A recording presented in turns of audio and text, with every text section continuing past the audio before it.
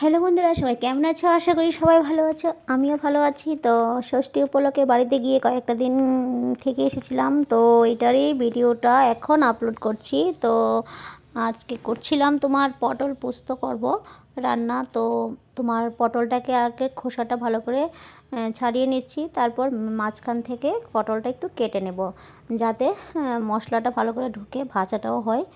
না হলে কি হয়, অনেক সময় তোমার পটলটা যদি আমরা আস্ত দিয়ে দিই, তাহলে কি হয়, পটলের ভিতরে যে জল জল ভাবটা ওইটা থেকে যায়। পটলটা যতই স্বাদ হোক না কেন, গ্রেভিটা খেতে কিন্তু কামড় দিলে দেখবে খেতে কিন্তু একটা পাংশা ভাব লাগে। তার জন্যই পটলের মাঝখানটা কেটে নিই, তাহলে কি হয়, ভিতরের যে জলটা থাকে এটা শুকিয়ে যায় আর পটলটা খেতে ওরকম একটা জল জল লাগে না। তো এদিকে পটলগুলিকে আমি ভালো করে ধুয়ে নিয়েছি। কার কার পটল পোস্ত খেতে ভালো লাগে? আমার কিন্তু বেশ ভালো লাগে। নিরামিষের মধ্যে পটলটা আমার খুবই প্রিয়, আর পটল পোস্তটা তো আরও প্রিয়। তো এদিকে ভালো করে খোসাটা ছাড়িয়ে এখন ধুয়ে টুয়ে তোমার নুন দিয়ে আমি প্রায় 15 থেকে 20 মিনিট রেখে দিয়েছিলাম। তারপর আমি এটা ভাজতে নিয়েছি। এখন ভালো করে ভেজে নেব অনেকটা সময় লাগিয়ে, যাতে তোমার ভিতরের যে জলটা এটা শুকিয়ে যায়। তো মশলার মধ্যে আমি নিয়েছি তোমার পোস্ত আর বাদাম বাটা।